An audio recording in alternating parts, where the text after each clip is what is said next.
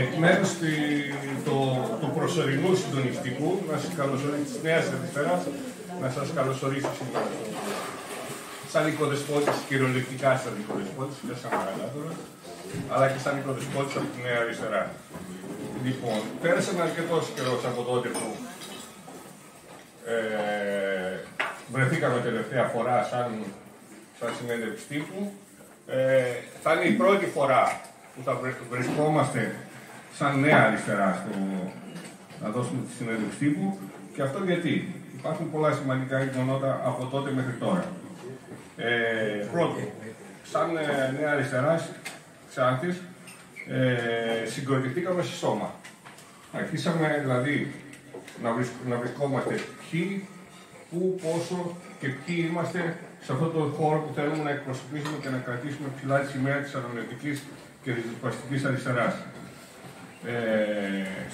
Μαζευτήκαμε πριν ένα μήνα περίπου, λιγότερο μάλλον από ένα μήνα, και κάναμε ουσιαστικά τις πρώτες διεργασίες του προσωρινού συντονιστικού, που εκλέξαμε τα 11 μέλη που θα εκπροσωπούν την Νέα Αριστερά.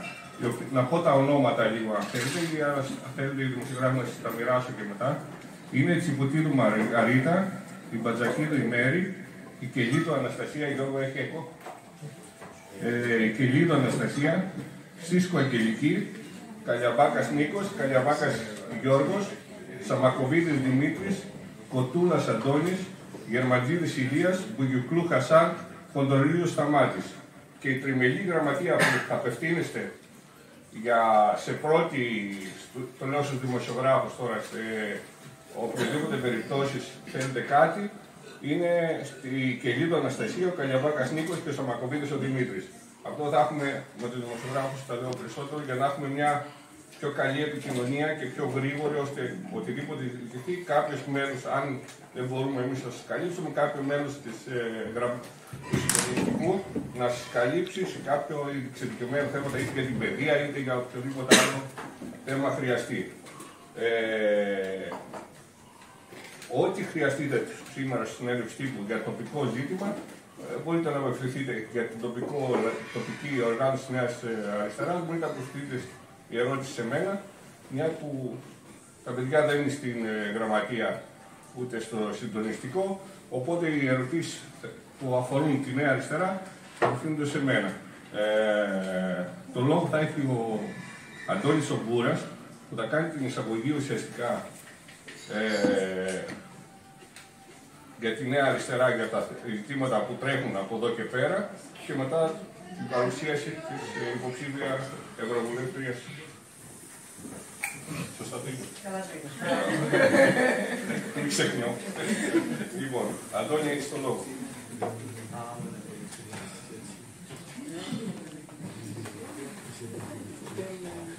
Ευχαριστώ πολύ, Νίκο, για την πάσα. Αξιότιμοι και αξιότιμες καλεσμένοι και καλεσμένες, φίλες και φίλοι, συντρόφισσες και σύντροφοι, καλησπέρα αρχικά. Θα ήθελα να ξεκινήσω τη συγκεκριμένη εισήγηση ευχαριστώντας πραγματικά θερμά για την παρουσία σας εδώ πέρα, στο φιλόξενο χώρο του Φίλιστρο, για την ιδιαίτερα σημαντική και χαρούμενη ανακοίνωση της υποψηφιότητας της Ανέτας Τσελεπή, που την έχω εδώ δίπλα μου, με το Ευρωψηφοδέλτιο της Νέας Αριστεράς εν ώψη των εκλογών της 9ης Ιουνίου του 2024. Είναι πραγματικότητα ότι τα τελευταία χρόνια ζούμε σε μια κοινωνία χαμηλών προσδοκιών. Αυτό φυσικά εκτείνεται σε όλους τους τομείς δραστηριότητας που μπορεί να έχει ένα πρόσωπο ή μια ατομικότητα μέσα σε αυτήν. Ως εργαζόμενος ή εργαζόμενη, ως πολίτης, ως φοιτητής, ως φοιτήτρια, ως γονέας, ως μέρος μιας συλλογικότητας. Βιώνουμε εμείς πράγματι την πλήρη απογοήτευση σε πολλαπλά επίπεδα. Για να παριθμίσω μερικά από αυτά, νομίζω ότι με ακούτε καλά, έτσι δεν είναι? Ωραία. Για να παριθμίσω λοιπόν μερικά από αυτά, μιλάμε για έλλειψη κράτους δικαίου, τον ευτελισμό των θεσμών αυτού, μιλάμε για την έξαρση της ακρίβειας, της εργασιακής επισφάλειας, μιλάμε για τη στεγαστική ανεπάρκεια και την εθελοτυφλία φυσικά απέναντι στην κλιματική αλλαγή. Αυτά είναι μερικές σκέψεις που είχα εγώ στο μυαλό μου για το τι ζούμε τα τελευταία χρόνια.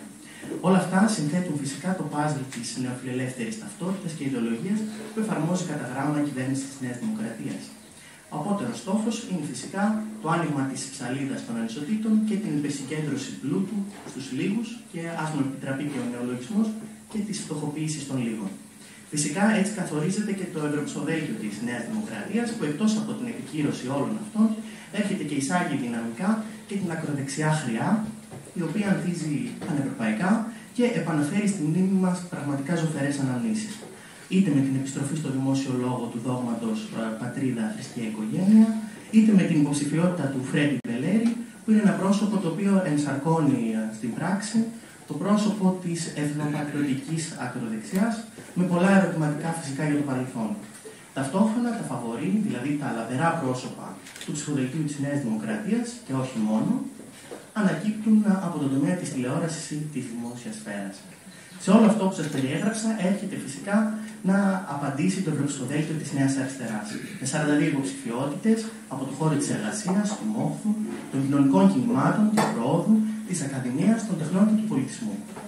Για μια Ευρώπη βιώσιμης παραγωγής, καινοτομίας και γνώσης, στην υπηρεσία των κοινωνικών αναγκών, για μια Ευρώπη ενωμένη, πολυπολιτισμική, συμπεριληπτική, φεμινιστική και πολύχρωμη, για μια Ευρώπη της διαφάνειας, της ειρήνης, της κοινωνικής ευημερίας, της ισότητας, της δημοκρατίας και των δικαιωμάτων. Για όλα αυτά χαίρομαι πραγματικά που βρίσκομαι εδώ για να σας παρουσιάσω και την Ανέτα, η οποία είναι ένας άνθρωπος από όλους αυτούς τους χώρους που σας ανέφερα και με αυτές τις επιθυμίες για τη χώρα και την Ευρώπη. Καθώς είναι μια ενεργή πολίτης που θέλει να προσφέρει τα μέγιστα για την τοπική κοινωνία και τη χώρα σε ένα ευρωπαϊκό επίπεδο από το δικό της μετερίζει. Θα μπορούσα να σας πω πάρα πολλά για την ίδια και για την Ανέτα, αλλά εφόσον την έχουμε εδώ, θεωρώ ότι θα ήταν το καλύτερο να σας τα πει η ίδια. Συνοπτικά τώρα, τελείωσα την εισήγησή μου, θα σας διαβάσω λίγο το βιογραφικό της Ανέτας και μετά θα προχωρήσουμε φυσικά δίνοντας το λόγο στην ίδια. Η Ανέτα Τσελεπτή, λοιπόν, είναι διπλωματούχος πολιτικός μηχανικός με μεταπτυχιακό στον αντισυσμικό σχεδιασμό κατασκευών. Εισήχθη πρώτη σε σειρά κατάταξη στο Δημοκρίτιο Πανεπιστήμιο Θράκης και έλαβε υποτροφή από την κοσμητεία της Πολυτεχνικής Σχολής του Δημοκριτίου Πανεπιστήμιου Θράκης και από το Ίδρυμα Κρατικών Υποτροφιών. Είναι συνειδρήτρια με δύο συμφοιτήτριές της της τεχνικής εταιρείας The Roommates, η οποία δημιουργήθηκε μέσω κρίσης και έχει αναπτυχθεί πολύ έως σήμερα, αναλαμβάνοντας τη μελέτη, κατασκευή και επίβλεψη ιδιωτικών έργων. Έχει εργαστεί στο Υπουργείο Υποδομών και Μεταφορών και έχει πραγματοποιήσει περισσότερες από 1000 αυτοψίες σε κτίρια που έχουν υποστεί ζημιές από φυσικές καταστροφές. Είναι ελέγκτρια δόμησης, ενεργειακή ελέγκτρια προσβασιμότητας, ενεργειακή επιθεωρήτρια τρίτης τάξης, πιστοποιημένη εκτιμήτρια ακινήτων του Υπουργείου Οικονομικών και μέλος του Εθνικού Μητρώου Πιστοποιημένων Ελεκτών Αναπτυξιακών Νόμων. Παράλληλα με την εργασία της, σπουδάζει τεχνικός εφαρμογών πληροφορικής. Είναι πρόεδρος του Συλλόγου Μηχανικών Μελετητών Ιδιωτικών Έργων Ξάνθης, μέλος του Τεχνικού Επιμελητηρίου Ελλάδος και του Συλλόγου Πολιτικών Μηχανικών Ελλάδας με έντονη συνδικαλιστική δράση και ανασχόληση με θέματα περιβάλλοντος, ενέργειας και υποδομών. Έχει επιδείξει ιδιαίτερο ενδιαφέρον για κοινωνικά ζητήματα με έμφαση στα θέματα πολιτισμού, ισότητας και δικαιωμάτων των ζώων. Γεννήθηκε στην Αριδαία το 1986 και κατοικεί στη Ξάνθη από το 2004 έως σήμερα. Σας ευχαριστώ πολύ για την υπομονή. Προχωράμε φυσικά στην υποψήφια.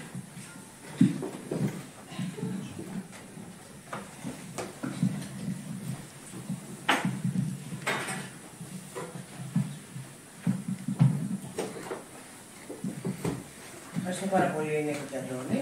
Καλησπέρα σας, φίλοι και φίλες, σύντροφοι και συντρόφισσες, αγαπητοί και αγαπητές δημοσιογράφοι. Σας ευχαριστώ που ήρθατε σήμερα εδώ για να μας ακούσετε.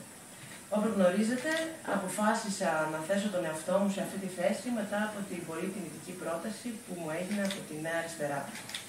Θα προσπαθήσω να κάνω κάποιες ερωτήσεις και να τις απαντήσω. Πρώτον, γιατί με τη Νέα Αριστερά, θα με ρωτούσατε, φαντάζομαι. Αποφάσισα να κάνω το βήμα με τη Νέα Αριστερά, γιατί θεωρώ ότι είναι η μόνη αυτή τη στιγμή που εκφράζει το χώρο της ριζοσπαστικής και προοδευτικής αριστεράς. Τι είναι η προοδευτική αριστερά? Για μένα η προοδευτική αριστερά είναι τρία πράγματα. Ισότητα, πρόοδος και δημοκρατία. Ισότητα. Ισότητα δεν σημαίνει ότι πρέπει να παίρνουμε όλοι και όλες ακριβώς το ίδιο. Ισότητα σημαίνει να παίρνει ο καθένας και η κάθε μία όση βοήθεια χρειάζεται, έτσι ώστε να έχει τη δυνατότητα να φτάσει στο ίδιο σημείο με αυτούς και αυτές που για κάποιο λόγο ξεκίνησαν όντας προνομιούχοι. είτε επειδή είχαν περιουσία, είτε επειδή είχαν ταλέντο, είτε επειδή δεν είχαν κάποια αναπηρία, είτε επειδή γεννήθηκαν σε ένα συγκεκριμένο τόπο. Και για να το συνδέσω λίγο και με την Ευρώπη και τις ευρωπαϊκές εκλογές, ισότητα, για παράδειγμα, είναι κάποιος που έτυχε να γεννηθεί στη Γερμανία, παράδειγμα η χώρα, η οποία θεωρείται μια εύρωστη οικονομία, να βοηθήσει συνεισφέροντας σε κάποιον ή κάποια η οποία έχει γεννηθεί σε μια χώρα όπως για παράδειγμα είναι η Ελλάδα, με μια πιο αδύναμη οικονομία. Μόνο με την ισότητα, με αυτήν την έννοια, θεωρώ ότι μπορούμε να προοδεύσουμε ως κοινωνία. Πρόοδος. Πρόοδος για μένα είναι η διαρκής αναζήτηση της αλήθειας, η διαρκής αναθεώρηση των ιδεών και η διαρκής αμφισβήτηση των στερεοτύπων. Η πρόοδος των φυσικών επιστημών, της τεχνολογίας, της ιατρικής, της φιλοσοφίας, των πολιτικών επιστημών δεν θα είχε επιτευχθεί αν κάποιοι άνθρωποι δεν ήταν ριζοσπάστες και δεν αμφισβητούσαν διαρκώς τη μέχρι τότε γνωστή αλήθεια. Οι γυναίκες δεν θα ψήφιζαν σήμερα, το ίντερνετ δεν θα υπήρχε και δεν θα ξέραμε ότι η γη γυρίζει. Δημοκρατία. Η πολιτική παράγεται μέσα από τα κινήματα και τη συμμετοχή.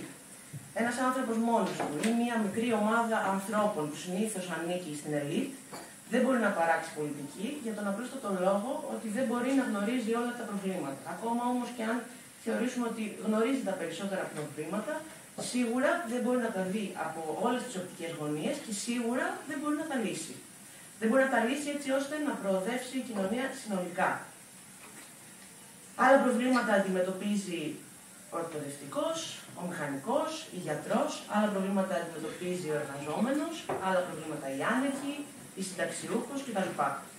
Οι λύσεις που θα προοδεύσουν την κοινωνία μας μπορούν να δοθούν μόνο μέσα από τη συλλογική προσπάθεια και τη συμμετοχή και όχι από σωτήρες. Γιατί στην Ευρώπη? Οι ευρωεκλογές, κατά την άποψή μου, είναι μια πολύ σημαντική εκλογική διαδικασία. Είναι η μοναδική στιγμή κατά την οποία μπορούμε όλοι και όλες να αποφασίσουμε συλλογικά για το μέλλον της Ευρωπαϊκής Ένωσης. Το Ευρωπαϊκό Κοινοβούλιο θεσπίζει νόμους που μας επηρεάζουν προσωπικά, χαράσει την κατεύθυνση και την πολιτική που εφαρμόζεται από τις χώρες που ανήκουν στην Ευρωπαϊκή Ένωση. Η νομοθεσία της Ευρωπαϊκής Ένωσης εστιάζει σε σημαντικά θέματα όπως είναι το περιβάλλον, η ασφάλεια, το κράτος δικαίου, η οικονομία, η μετανάστευση, οι κοινωνικές πολιτικές. Τα βασικά θέματα, κάποια από τα βασικά θέματα για τα οποία εγώ προσωπικά θα παλέψω αν εκλεγώ στο Ευρωπαϊκό Κοινοβούλιο είναι: πρώτον, στέγη για όλους και για όλες. Δεν νοείται σε μια ευρωπαϊκή χώρα όπως είναι η Ελλάδα, ο κατώτατος μισθός να μην μπορεί να εξασφαλίσει στέγη και μια καλή ποιότητα ζωής. Κοινωνική δικαιοσύνη και δημοκρατία. Απόδοση ευθυνών για την τραγωδία των τεμπών, το σκάνδαλο των υποκλοπών και τη διαρροή των προσωπικών δεδομένων των αποδήμων. Αλλά πρέπει να μπουν και δικλείδες ασφαλείας, γιατί αυτά είναι κάποια παραδείγματα, έτσι ώστε να μην ξανασυμβούν στο μέλλον σε καμία ευρωπαϊκή χώρα.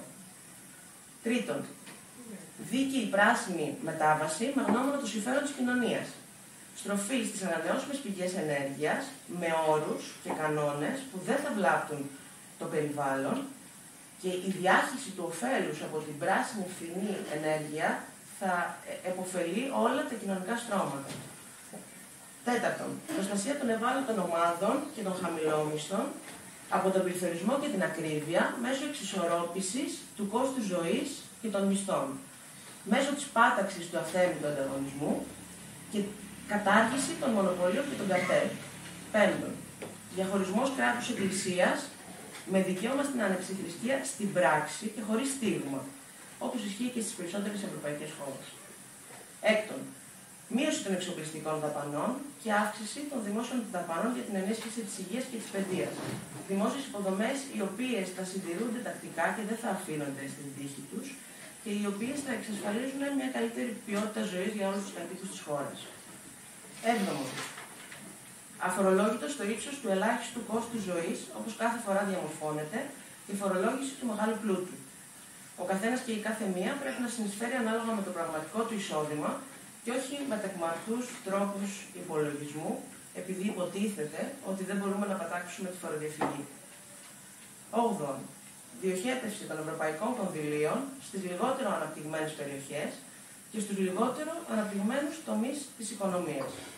Δημιουργία ευκαιριών για νέους επιστήμονες και νέους επιχειρηματίες, στήριξη των ευάλωτων ομάδων, όπως είναι οι άνεργοι, τα άτομα με αναπηρία, οι μονογονεϊκές οικογένειες κλπ. Ένατον, προγράμματα επιμόρφωσης εργαζομένων και ανέργων για τα εργασιακά τους δικαιώματα, μισθή, άδειες, επιδόματα, εξοπλισμός μέσα ατομικής προστασίας, υγιεινή και ασφάλεια κατά την εργασία. Εργαλεία στη διάθεση των εργαζομένων που θα καθιστούν ασύμφοροι την εργοδοτική αυθαιρεσία. Τέλος και κλείνοντας, θεωρώ ότι με την ψήφο μας σε αυτές τις εκλογές πρέπει να πούμε ένα ηχηρό όχι στην τρομακτική άνοδο της ακροδεξιάς στην Ευρώπη και ένα ακόμα πιο ηχηρό όχι σε κάθε αντιθετική ενέργεια που διαταράσσει την υγεία και την αλληλεγγύη των λαών. Σας ευχαριστώ πολύ που ήρθατε και που μας ακούσατε.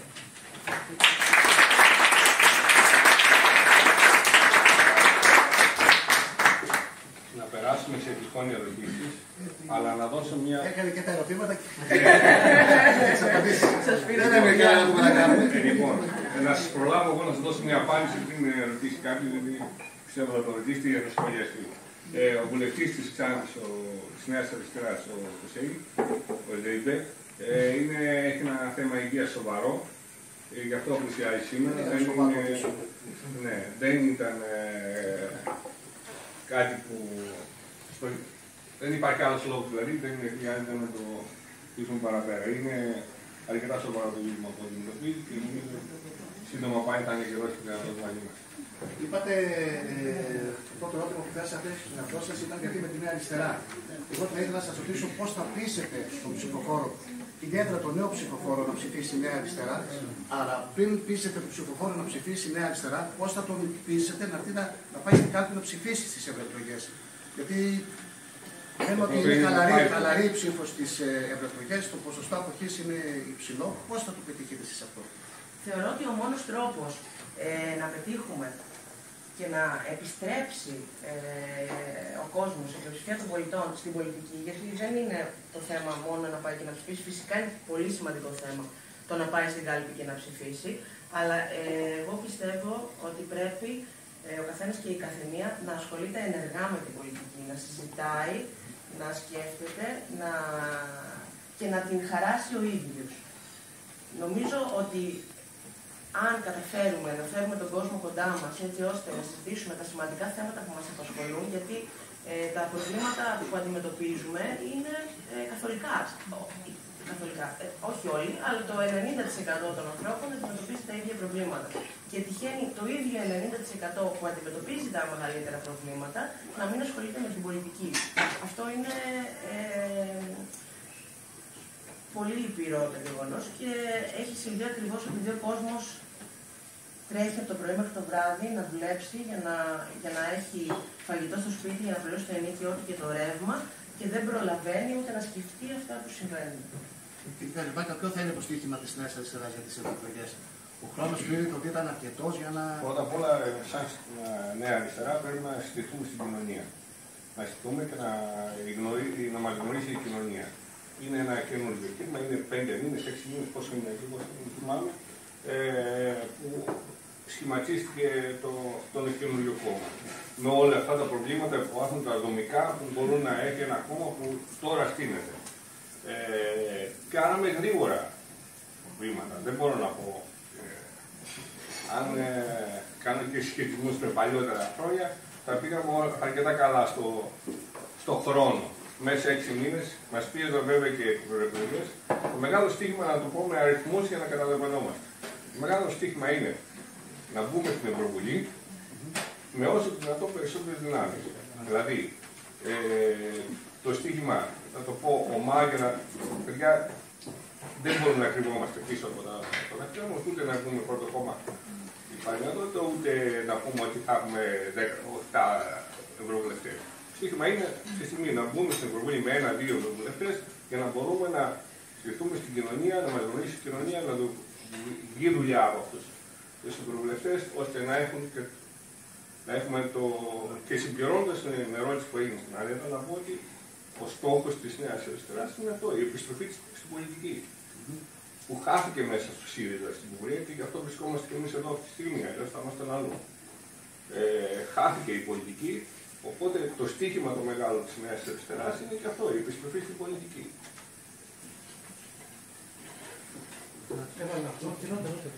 Ήθελα να ρωτήσω και με αφορμή τις ευρωεκλογές. Οι ευρωεκλογές είναι και μια ευκαιρία η αριστερά, η Νέα Αριστερά να βγαίνει πιο συχνά και με αφορμή και τις περιοδίες που θα γίνουν, και αν υπάρχουν και προγραμματισμένες εκδηλώσεις στην επόμενη περίοδο όσο τρέχει αυτό το διάστημα. Ήθελα να ρωτήσω στην Ανέτα τώρα, ποιο είναι το δικό σου όραμα για την Ευρώπη. Παλικότερα όταν ρωτούσαν, είχαν ρωτήσει το Στέινερ την ερώτηση τι είναι για σένα η Ευρώπη, και είχε πει η διαφορά μας από τους Ασιάτες και ιδίως από τους Αμερικανούς είναι τα καφενεία και οι τόποι συναντήσεων. Εγώ μετά την πανδημία δεν είδα κανέναν τύπο στην Ελλάδα να ξανασυνδυάζει τόπους συναντήσεων, μεγάλα πάρκα. Το δικό σου το μέλλον, πώς θα ήθελες να δεις εσύ την Ευρώπη μέσα από την Ευρώπη τα επόμενα 10 χρόνια? Νομίζω ότι με τα 9 bullets που έβαλα, κάλυψα το πώς θα ήθελα να δω την Ευρώπη, τις αλλαγές δηλαδή που θέλω να γίνουν μέσα στην Ευρώπη. Στην καθημερινότητα πιο πολύ έτσι, και αυτά είναι λίγο πιο πολιτικά που θα βγήσουν να δούμε. Πώς σκέφτεται ένα παιδί της ηλικίας σου για την Ευρώπη, ένας άνθρωπος? Νομίζω ότι είναι όλα πολιτικά. Ευχαριστώ. Είναι όλα πολιτικά. Ένας νόμος που ψηφίζεται στο Ευρωπαϊκό Κοινοβούλιο μας επηρεάζει άμεσα εμάς εδώ στην Ελλάδα, στη Ξάνθη, στα Άφτυρα, στο κάθε χωριό. Ψηφίζονται νόμοι και δίνουν οδηγίες για την προστασία του περιβάλλοντος, για το κράτος δικαίου, για τα δικαιώματα. Εάν δεν υπήρχαν κάποιοι θετικοί νόμοι που έχουν έρθει από την Ευρώπη, θα ήμασταν πολύ χειρότερα. Και αν στην Ευρώπη υπήρχαν περισσότερες, κατά την άποψή μου, αριστερές δυνάμεις, θα ήμασταν πολύ καλύτερα. Και επειδή τώρα αυτό ακριβώς είναι που φαίνεται να μεγαλώνει η άνοδος της ακροδεξιάς, για σκεφτείτε να πρέπει στην Ελλάδα να ενσωματώσουμε μια ευρωπαϊκή οδηγία, η οποία μας πάει 100 χρόνια πίσω. Δηλαδή θεωρώ ότι η πολιτική είναι το πεδίο στο οποίο πρέπει να συζητήσουμε για το πώς φανταζόμαστε την Ευρώπη του μέλλοντος. Να πω το πρώτο σκέλος της ερώτησης, μάλλον που θυμάται σε εμάς. Και σου δύο ήταν. Ναι. Το επόμενο διάστημα, μέχρι τις ευρωεκλογές, προφανώς και αν εξαιρέσεις τώρα θα βγάλεις μέσα λίγο και τις γιορτές του Πάσχα, προφανώς θα υπάρχει μια κάμψη στην όλη διαδικασία, νομίζω γενικά σε όλα τα κόμματα. Έχουμε προγραμματίσει αρκετές εκδηλώσεις μέσα από χωρίς ήδη θεματικές βραδιές που θα σας εκπλήσει μερικές φορές για τη θεματολογία της. Και το επόμενο διάστημα θα είναι αρκετά πολιτικό, γιατί όπως είπα θέλουν αυτό ο στόχος μας είναι να επιστρέψει η πολιτική στους πολίτες όχι της χάρης μόνο, γενικότερα. Λοιπόν, το επόμενο διάστημα θα έχουμε κάποιες εκδηλώσεις, θα ενημερωθείτε σχετικά με αυτά, αλλά το θέμα είναι, όπως είπα, το μεγάλο μας πρόβλημα είναι να συστηθούμε στην κοινωνία. Και αυτό είναι το μεγάλο μας στίχημα μέχρι τις ευρωεκλογές. Μικρό χρονικό διάστημα, γιατί θα είναι λιγότερος από ένας χρόνος που πρέπει να το κάνουμε αυτό, αλλά είναι αναγκαστικό. Δεν γίνεται διαφορετικά. Θα απαντήσω και εγώ στο πρώτο σκέλος που μάλλον δεν το απάντησα. Εμένα ο στόχος μου μέσα από αυτή την υποψηφιότητα είναι να ενώσω τον κόσμο που βρίσκεται σε αυτό το χώρο που περιέγραψα. Στον χώρο της προοδευτικής αριστεράς. Απλά ο μόνος φορέας αυτή τη στιγμή που μπορεί να συμβεί αυτό είναι η Νέα Αριστερά, κατά την άποψή μου. Και αυτός είναι ο λόγος που συμμετέχω σε αυτές τις εκλογές. Εγώ τώρα θα κάνω μια λίγο πιο εξειδικευμένη ερώτηση και στους δύο. Λοιπόν, διαβάζοντας το Πολίτικο, το ρεπορτάζ, έχει διεταχθεί εισαγγελική έρευνα για τον τρόπο που κατανέμονται οι πόροι από το Ταμείο Ανάκαμψης. Το Ταμείο Ανάκαμψης χρηματοδοτεί έργα υποδομής, όπως ας πούμε και το αρδευτικό της Ξάνθης από το Ταμείο Ανάκαμψης. Και μιλώντας και για μια περιοχή όπως η Θράκη, που σύμφωνα με τα στοιχεία της Eurostat είναι από τις πιο φτωχές, όχι πανελλαδικά, και στην Ευρώπη, τα έργα αυτά δίνουν πνοή και στην παραπέουσα, στον παραπέον πρωτογενή τομέα, οπότε ένα πολύ σημαντικό πράγμα, δηλαδή για την οικονομία. Ποια είναι η θέση και συνολικά της Νέας Αριστεράς για τον τρόπο που πρέπει να κατανέμονται οι πόροι από το Ταμείο Ανάκαμψης και με ποιο τρόπο πρέπει να γίνονται έργα υποδομής σε μια περιοχή η οποία θα έχει τρομερή ανάγκη. Θέλω να πάρω την ερώτηση εγώ πάνω μου, γιατί όταν ξεκίνησε η ιστορία με το. Δεν πειράζει ποιος το απαντήσει. Ναι. Θα απαντήσω και εγώ. Απλά θεώρησα ότι μπορεί να έχει και πολλή άποψη. Είναι μηχανικός, οπότε ξέρει λεπτομέρειες περισσότερες από μένα. Απλώς εγώ το ξέρω από το πολιτικό σκέλος. Όταν ξεκίνησε αυτή η ιστορία, ήμουν γραμματέας τότε του συνασπισμού. Να φανταστείς, ήταν πρόνιμο των ετών. Όχι πρόνιμο, ναι. Λοιπόν, λέτε τώρα, άσπισαν τα μαλλιά μας αυτό. Λοιπόν, μπήκε το ζήτημα αυτό. Τότε υπήρξαν οι αντιδράσεις, οι γνωστές μετεκλογικές ομάδες κτλ. Το πράγμα κόλλησε, πήγε παρακάτω, αλλά το ζητούμενο ποιο είναι. Γίνεται αυτό το πράγμα που μας λένε. Χρηματοδοτείται, είναι μέσα στα πλαίσια της Ευρωπαϊκής Ένωσης αυτό το σχέδιο, πώς είναι, ορολογία. Λοιπόν, ευχαριστώ. Λοιπόν, υπάρχει μέσα στην Ευρωπαϊκή Ένωση? Όχι. Έχει αλλάξει τελείως από τότε. Πλαίσια, ακόμα και η Ευρωπαϊκή Ένωση δεν πάει σε τέτοια μεγάλα έργα που μπορούν να επηρεάσουν όλο το οικοσύστημα και πόσο μάλλον τώρα που δεν υπάρχει τεράστιο πρόβλημα με τα νερά και πώς αυτό θα στερέψει ένα ποτάμι ολόκληρο για να ποτιστούν χωράφια κτλ. Τεχνικά τώρα μπορεί να τα πει και καλύτερα η Ανέτα, αλλά το θέμα ήταν ότι από τότε η θέση της Νέας Αριστεράς ήταν ότι αυτό το πράγμα δεν πάει, δεν μπορεί να τσουλήσει. Δίκαιο της Νέας Αριστεράς. Τότε συνασπισμού, τώρα Νέας Αριστεράς. Γιατί θεωρώ ότι είμαστε και συνεχιστές κάπου εκεί, της όλης πολιτικής. Λοιπόν, κάπου το πράγμα χωλαίνει. Οπότε θεωρώ ότι δεν μπορεί να πραγματοποιηθεί ένα τέτοιο έργο. Θεωρώ ότι αυτό το έργο επαναφέρεται για πολιτικούς λόγους κάθε 3 και λίγο από τη Νέα Δημοκρατία όταν δεν έχει τίποτα να επιδείξει στην τοπική κοινωνία.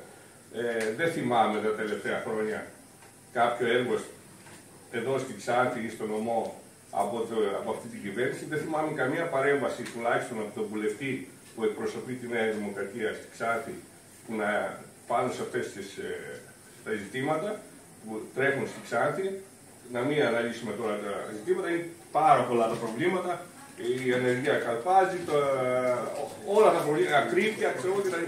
Πώς θα αντιμετωπίζουμε στη Θράκη και στη Ξάνθη. Υπάρχουν τεράστια προβλήματα δομικά από τη Νέα Δημοκρατία ώστε να αντιμετωπίσει αυτά τα ζητήματα. Δεν θα μπω σε αυτό το κομμάτι. Να κάνουμε υποσημείωση πολύ σύντομη. Το αρνητικό εγώ το ανέφερα έτσι κι αλλιώς ως παράδειγμα, γιατί εγώ όσο καιρό είμαι στη Θράκη δεν έχω δει κανένα έργο να ολοκληρώνεται. Και από γεφυράκι, πεζογέφυρα, το οτιδήποτε, το μόνο έργο που έχει ολοκληρωθεί και συνεχίζεται και αυτό έχει άμεση σχέση με τη ρητορική της κυβέρνησης είναι ο φράχτης. Οπότε το θέμα είναι ότι ο φράχτης συνεχίζει για πολύ συγκεκριμένους λόγους. Τα άλλα όμως έργα που πρέπει να ολοκληρωθούν με τον τρόπο που πρέπει, που ορίζεται, αυτά θα βοηθήσουν στην ουσία τον πρωτογενή τομέα. Και η ερώτηση μου είναι αυτή, όχι τόσο πολύ για το αρδευτικό συγκεκριμένα, είναι γενικό της Θράκης. Είναι ένα θέμα που έρχεται στις κάθε εκλογές, έχουμε και το ξανασυζητάμε και το ξανασυζητάμε και το ξανασυζητάμε. Να πει και Ανέτα όμως και τώρα. Αρχικά, εγώ να πω ότι η χρηματοδότηση από την Ευρωπαϊκή Ένωση είναι ένα θετικό μέτρο. Και έρχεται και κολλάει σε αυτό που είπα, ότι η ισότητα είναι αυτός που έχει να δίνει περισσότερο σε αυτό που δεν έχει. Οπότε υπάρχει αυτό στις αρχές της Ευρωπαϊκής Ένωσης, ότι οι πιο πλούσιες χώρες δίνουν περισσότερα χρήματα, τα οποία κατανέμονται για καλό σκοπό βέβαια στις πιο φτωχές χώρες. Τώρα, από εκεί πέρα, παλιά λέγαμε ότι τα ευρωπαϊκά προγράμματα είναι πολύ δύσκολα γιατί η Ευρώπη θέτει πολύ αυστηρούς κανόνες και κανείς δεν ασχολιόταν γιατί θεωρούσε ότι έχει μεγάλη γραφειοκρατία ή, εν πάση περιπτώσει, ασχολούνταν πολύ λίγοι. Εγώ αντίθετα πιστεύω ότι το πρόβλημα της Ευρώπης δεν είναι το ότι δεν δίνει, για παράδειγμα, χρηματοδότηση στις χαμηλότερη οικονομική κατάσταση περιοχές. Ισχύει αυτό. Περισσότερα κονδύλια υποτίθεται ότι έρχονται στη Θράκη. Το πρόβλημά της είναι ότι δεν έχει φροντίσει, είτε κατά λάθος είτε επίτηδες, να βάλει τις δικλείδες ασφαλείας έτσι ώστε να διοχετεύονται πραγματικά στους τομείς της οικονομίας που θα μπορέσουν να φέρουν την ανάπτυξη, αλλά και στις συγκεκριμένες επιχειρήσεις οι οποίες το έχουν ανάγκη. Δηλαδή, το Ταμείο Ανάκαμψης είναι ένα τεράστιο σκάνδαλο, γιατί έχει πάει το 99% του Ταμείου Ανάκαμψης στο 1% των επιχειρήσεων της Ελλάδας. Αυτό δεν είναι τυχαίο. Αυτό είναι μια πολιτική που έχει επιλέξει η ελληνική κυβέρνηση. Το θέμα είναι γιατί η Ευρωπαϊκή Ένωση το άφησε αυτό να συμβεί, αν δεν ήθελε να συμβεί. Και κάτι άλλο, για παράδειγμα εδώ στη Θράκη τοπικά,